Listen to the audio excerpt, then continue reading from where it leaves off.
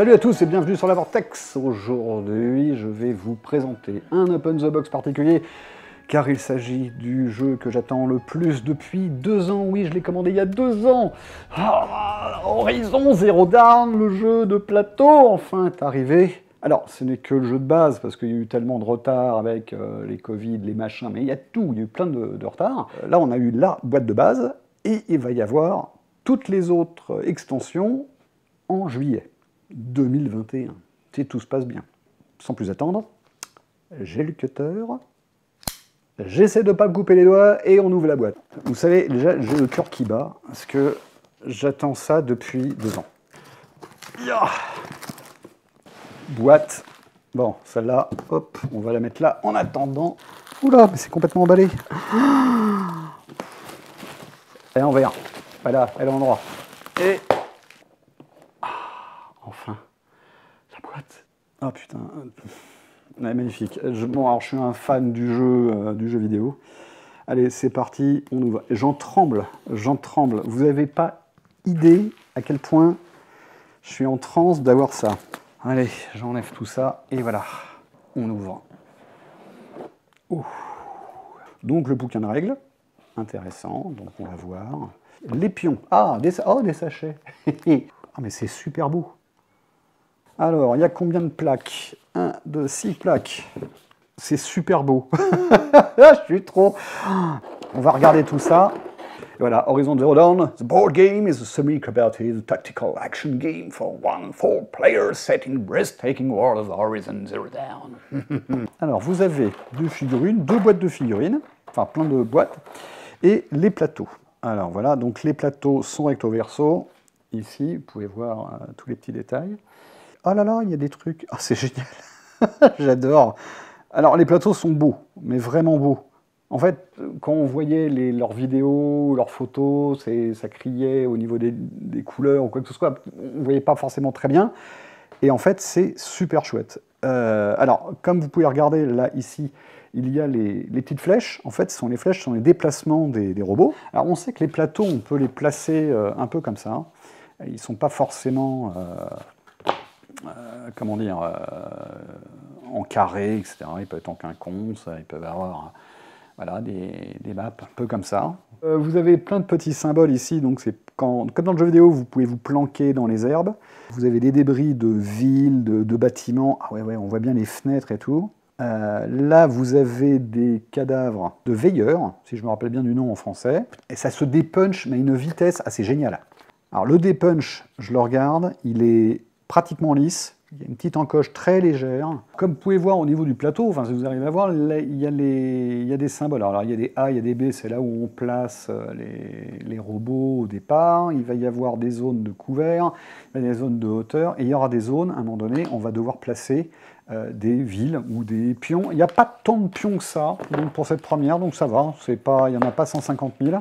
Alors je vous préviens, c'est un jeu qui peut jouer à plusieurs, mais aussi en solo. C'est aussi pour ça que je l'ai. Bien sûr, mes copains me manquent, j'aimerais bien y jouer avec eux. Mais voilà, je vais pouvoir enfin y jouer aussi tout seul, ce qui est très bien. Alors, vous avez une première boîte de figurines et une grande.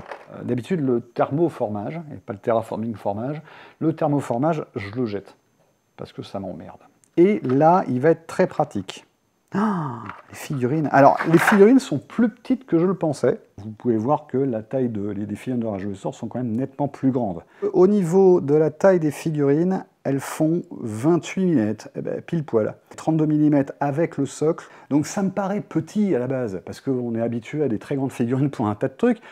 Mais non, elles sont top. Oh la vache, qu'est-ce qu'elles sont belles. Et on va pouvoir regarder les créatures, les robots. Alors, attendez, je vais vous en mettre un là, je vais pouvoir le regarder en même temps. Ah, il y a vraiment tous les détails du jeu vidéo, quoi. Le socle est dur en plus. Oh, le socle est dur. La figurine, vous pouvez voir ici, voilà, elle est un peu molle là, au niveau de la corne, c'est normal. Mais le reste, quand même, j'appuie, hein. J'appuie, ça va, ça abîme pas trop. Alors les petits veilleurs, voilà, là il y a une petite ligne de moulage. Oh, même pas. Non, c'est... Ah si, il y en a une, allez, vas-y, il y en a une. Putain, elle est tellement légère. C'est pas que ça valait le coup d'attendre 2 ans, mais...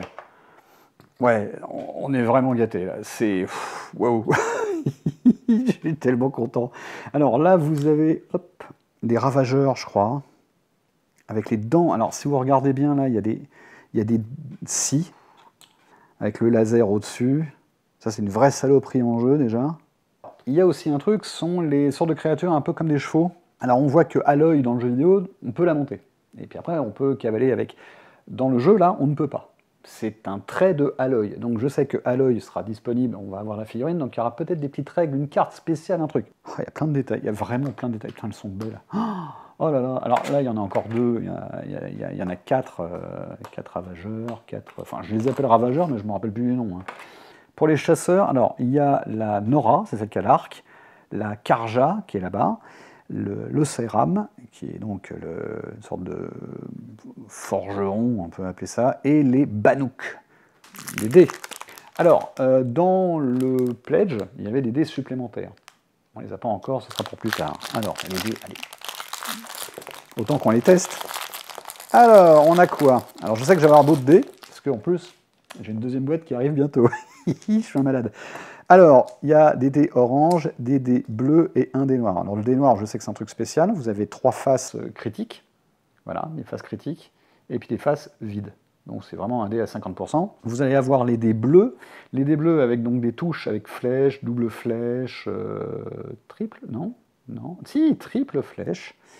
Et vous avez le dé orange, donc c'est selon la puissance que vous tirez, donc il y a les doubles flèches, triple flèche, et surtout critique. Voilà, donc critique, il n'y a pas de triple. Ah, c'est intéressant. Les bleus, il y a un triple, et les oranges, il n'y a pas de triple. Par contre, il y a une critique. Alors en critique, en général, vous faites plus de dégâts, ou vous déclenchez quelque chose, comme des flammes, du gel, etc., comme dans le jeu. Alors, on va tester, hein. Allez. C'est pas si mal. Un critique, j'ai fait plein de points. J'adore. Je suis comme un gamin, j'adore. Là, je suis mais fou. Aïe, aïe, aïe. Alors, je sais plus comment on appelle ça. Je sais plus. J'ai plus ma tête. Alors, on va regarder ça. Alors là, vous allez avoir c'est une sorte de crabe qui porte de l'équipement où il récupère un tas de choses et puis après il le ramène, il le prend avec lui. Donc voilà. Wow. Ah, c'est super, franchement. Alors, attendez, je regarde. Oh là là. Mais en fait, on voit mieux que même dans le jeu vidéo, il y a tous les détails. Aïe, aïe, aïe. Ah, c'est génial. Alors lui, je sais que quand vous l'attaquez, il y a un bouclier qui se forme devant lui. Enfin, il faut attaquer par derrière ou réussir à détruire les choses. Donc si on détruit la caisse, on va avoir plein d'équipements. Oh, c'est trop bon. Et enfin, alors la grosse, entre guillemets, créature du jeu, parce qu'il faut savoir que là, ça, c'est ce que vous voyez sur le cover de la boîte.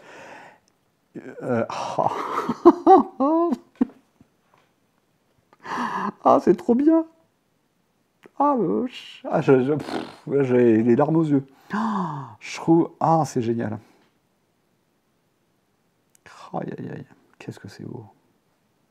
C'est le jeu vidéo, quoi. Là, je suis dans le jeu. Putain, je suis... Ça me transporte. Alors, ah bah tenez. Les... Ah, puis en plus, c'est en pochette fermée. Il faut... C'est comme un booster, en fait. Pour commencer, les Watchers. Alors, les Watchers, ce sont ces petites créatures, ici, avec donc leurs points et tout. Donc, vous avez les points de dégâts, les points d'armure, les points je ne sais pas quoi, les points que ça rapporte pour les bonus, et les points de corps à corps. Et il a une règle spéciale. Oh, le Sartos, le Dancy. 19 points d'armure, 2 points d'armure et 19 points de vie, en fait, de dégâts. Waouh, oh c'est un monstre. Voilà. Alors je sais que ça c'est le gros monstre de cette boîte de jeu, et après il va y avoir d'autres trucs qui vont arriver dans les autres, dans les futures extensions. Tout d'abord, la sensation des cartes. C'est bête, mais c'est important. Là les cartes, si vous regardez, elles sont vraiment tressées, elles sont mates. Le toucher est très agréable de toucher. Donc chaque personnage va avoir donc, comme ça des règles spéciales et tout. Et quand vous allez créer vos personnages, ils vont avoir des cartes en main. Ces cartes, c'est leur point de vie en même temps. Donc quand vous perdez une partie, ils sont pas morts. En fait, vos personnages, c'est comme dans le jeu vidéo, c'est-à-dire que vous remettez un crédit ou vous appuyez sur continue et vous continuez à jouer.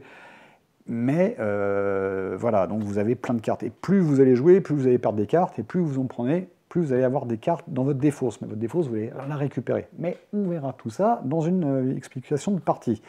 Alors, au niveau des cartes, vous avez ici déjà les cartes des créatures. Donc la carte de créature, surtout, donc si vous regardez derrière, ok, donc c'est en fait, ce sont des réactions. Donc chacun... Ah mais surtout, il en a plusieurs. Ah d'accord. Alors, ok, donc à chaque fois qu'il se passe quelque chose, par exemple, si le chasseur est à une case, oui, eh bien, il attaque, donc il se déplace de 1, il attaque à 6. Alors, quand vous faites des dégâts, c'est quand ils mettent 6, c'est 6 points de dégâts. Il n'y a pas de jet de dés, c'est 6 points de dégâts direct. Ok, donc il faut prendre en compte, et comme ce sont des robots, ils ont toujours une façon de procéder toujours identique. Donc c'est à vous de gérer. Donc il y a le Shell Walker avec toutes les cartes, le Grazer, Scrapper, Strider, voilà. Alors ceux-là, c'est les plus petites créatures, donc ils ont moins de comportement, d'attitude. Comportement, c'est les cartes de comportement, donc en fonction de la situation, ils vont activer. Alors là, vous avez plein de cartes. Ça, c'est les cartes... Ah, oui. Lucky Break, Old... Satchel. Bon, tout ça, il va falloir que je les traduise pour moi. Sabotage. Donc, en gros, quand vous jouez, si vous jouez à plusieurs, vous allez avoir le joueur le plus expérimenté, le plus vieux, qui va agir en premier. Et le joueur le plus jeune va agir en dernier. Le joueur le plus vieux va choisir comment on va combattre et comment on va avancer dans la campagne. Et le joueur le plus jeune va avoir une carte de bonus, ici, qu'il va pouvoir utiliser. Alors ça peut être un bonus pour lui, ça peut être un bonus pour le groupe. Mais ça, c'est la surprise. Alors là, vous avez quoi? Vous avez donc des cartes d'équipement. Ah, voilà. Ah ben, Karja Warrior, voilà. Ça, c'est les cartes d'évolution. Donc quand vous avancez, vous commencez ici, et après, hop, vous êtes là, vous allez mettre un pion, et vous dire, ah bah tiens, je serai Elusive ou Prideful. Donc vous allez pouvoir à chaque fois rajouter des comportements, enfin des compétences ou des traits, etc., des bonus, à votre personnage, donc en évoluant jusqu'au niveau 4. Vous avez un nombre de cartes de 14, vous avez 14 cartes en main, donc ce qui représente en gros vos points de vie, et en haut, en haut, quand vous obtenez votre niveau maximum, vous allez jusqu'à avoir 20 cartes, sachant qu'en plus vous allez récupérer de l'équipement, et l'équipement va vous permettre d'obtenir des points supplémentaires. Donc Frostbite, etc. Donc là vous avez plein de trucs. Ici, ok. Ici, alors là, c'est bien, là je peux vous montrer toutes les cartes. Là il y a des cartes là, comme on voit ici avec ce symbole, c'est les cartes de campagne. Donc la première aventure, voilà, en fait on va choisir, alors selon les couleurs, selon là il y a un petit symbole avec le soleil qui se lève, qui est au milieu, qui se couche, donc plus ça avance, plus c'est difficile.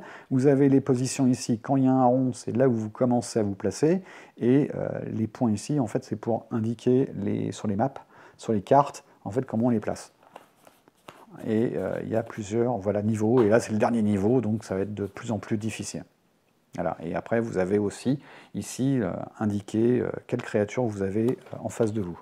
Sachant que dans le paquet de cartes, il y a à chaque fois les cartes des Karja, des Banuk, etc.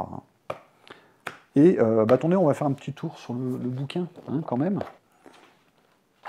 Alors, vous avez les illustrations que vous retrouvez dans The Art of Horizon Down. Donc ça, c'est un truc que vous pouvez trouver sur Amazon, etc.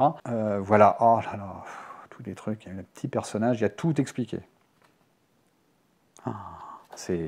Voilà, alors là, comme vous pouvez voir avec l'armement, donc vous allez avoir de l'équipement, et l'armement, l'équipement, ça va entrer en jeu avec vos personnages, donc quand vous allez avoir des personnages ici, comme on peut le voir sur cette image, en fait, le personnage, vous l'avez au centre, et ça va former un cercle autour. Donc vous allez pouvoir mettre des équipements, et il faut que ça fasse un cercle, vous ne pouvez pas rajouter des équipements. Par contre, au niveau de certains équipements, vous allez pouvoir mettre des bonus. Voilà, comme ça, des modificateurs. Et, waouh. Ah, c'est génial. Enfin voilà, bon bref, je vais retourner là-dessus. On va en reparler très prochainement parce que Je vais très vite faire une partie de jeu, parce que là, ça me tente trop, voilà, c'est trop génial. Donc je suis content, je suis comme un gamin, j'ai 5 ans et demi, et je suis content. Voilà, allez, je vous embrasse, amusez-vous bien, et moi, je vais me préparer une partie, parce que j'en peux plus. Salut à tous.